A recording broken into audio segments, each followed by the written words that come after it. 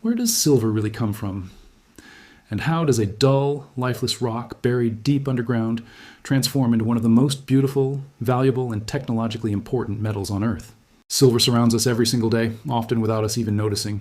It's in the antique tea sets passed down through generations. It's in the jewelry people wear on special occasions. It's in collectible coins locked away in safes. It's even in the invisible circuitry powering the smartphone sitting in your pocket right now. It's inside solar panels, capturing sunlight. It's used in medical tools that save lives. It helps purify drinking water. And it quietly works behind the scenes in countless pieces of modern technology. Yet for something so polished and refined, silver begins its existence looking completely ordinary. Just another chunk of gray stone hidden miles beneath our feet. The story of silver is not simple. It's a journey that spans geology, chemistry, engineering, and human ingenuity. It takes millions of years for nature to form, and only days for modern industry to refine. And the most fascinating part is that almost nobody ever sees the beginning of that journey. Silver is a natural chemical element known by the symbol Ag, taken from the Latin word argentum. While silver exists throughout the Earth's crust, finding it in pure metallic form is extremely rare. Most of the time, silver is locked inside other minerals, mixed with elements like lead, copper, gold, or zinc. One of the most common sources is a mineral called galena. Galena is primarily lead sulfide, but it often hides tiny traces of silver deep inside its structure. Because of this, much of the world's silver isn't mined directly. It's recovered as a secondary product while mining other metals. In many cases, silver is discovered almost by accident. Reaching these deposits requires enormous effort and cutting-edge technology. If silver-bearing ore lies close to the surface, mining companies use open-pit mining. Gigantic machines carve massive craters into the earth. Some of these machines are taller than buildings and weigh hundreds of tons. These open pits can stretch for miles. They can descend hundreds of feet into the ground. Entire landscapes are reshaped in the process. Layers of soil and rock, known as overburden, are stripped away to reveal the ore beneath. When silver is buried deeper, underground mining becomes necessary. Workers and machines descend through vertical shafts and winding tunnels. They enter a hidden world of darkness, heat, and pressure. It's dangerous, complex work that demands precision, planning, and nerves of steel. When the ore is finally brought to the surface, it still doesn't resemble anything valuable. There's no sparkle, no shine, no hint of the precious metal within. It's just heavy, dusty rock. But this is where the real transformation begins. And it happens through a series of intense industrial processes designed to pull microscopic traces of silver from tons of material. The first step is crushing.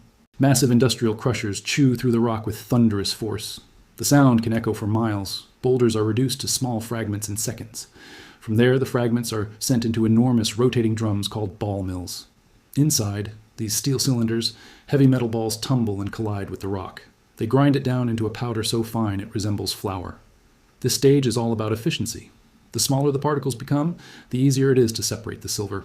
Every grain of powder increases the chances of recovering more metal. Once ground, the powdered ore is mixed with water to create a thick, muddy slurry. It may look like industrial sludge, but hidden within this mixture is real value.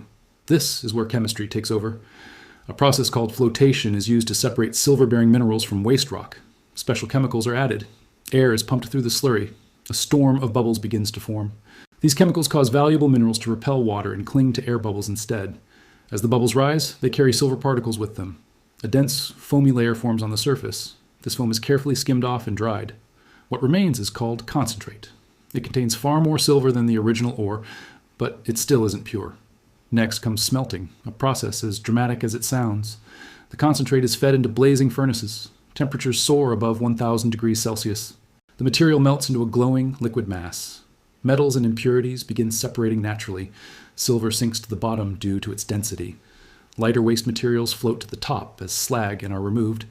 The sight of molten metal glowing bright orange is both mesmerizing and intimidating. When lead is present, an ancient technique called cupellation may be used. This method dates back thousands of years. Early civilizations used it long before modern technology existed. The molten mixture of lead and silver is poured into a shallow, porous vessel called a cupel. When reheated, the lead reacts with oxygen. It's absorbed into the vessel itself. What remains is metallic silver. Even after smelting, the silver still isn't pure enough for advanced technology. For that, it undergoes electrolytic refining, a process that feels almost futuristic. Sheets of impure silver are placed into a chemical bath. Thin plates of pure silver are placed beside them. An electric current flows through the solution, and something remarkable happens. Silver atoms detach from the impure metal. They travel invisibly through the liquid. They attach themselves to the pure plate. Layer by layer, nearly flawless silver forms. Impurities fall away and collect at the bottom as residue. This residue often contains gold and platinum. Those metals are later recovered and refined separately. The final result is silver that is 99.9% pure. This is known as 3 nines fine silver. It's the standard used for investment bullion, premium jewelry, and advanced electronics. The purified metal is poured into molds to create large bars or ingots. Each bar is stamped with weight and purity. These bars can later be melted again and reshaped into countless products. Silver's versatility is one of its greatest strengths. It is the most electrically conductive metal on Earth. That makes it essential for electronics and renewable energy. Solar panels rely on silver to capture sunlight efficiently.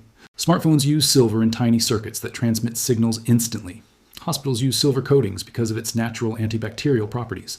Even clothing and athletic gear sometimes include silver fibers. They help reduce odor-causing bacteria. Silver quietly improves everyday life in ways most people never realize. Beyond its industrial power, silver also holds emotional and financial value. People gift silver jewelry to mark milestones. Families pass down silverware as heirlooms. Investors buy silver coins and bars as protection against uncertainty. So the next time you see a silver ring glimmer in the light or hold a silver coin in your hand, remember that you're looking at the end of an extraordinary journey. That shine began deep underground, locked inside unremarkable stone. Shaped by geological forces over millions of years, it passed through crushing machines, chemical reactions, roaring furnaces, and precise electrical refinement. Silver doesn't simply exist in finished form. It is uncovered, separated, purified, and perfected through human knowledge and relentless effort. It is science meeting craftsmanship, history meeting technology, raw nature meeting refined design. In the end, silver is a powerful reminder that even the most ordinary-looking rock can hold hidden brilliance, waiting patiently beneath the surface until human curiosity and ingenuity finally bring it to the light.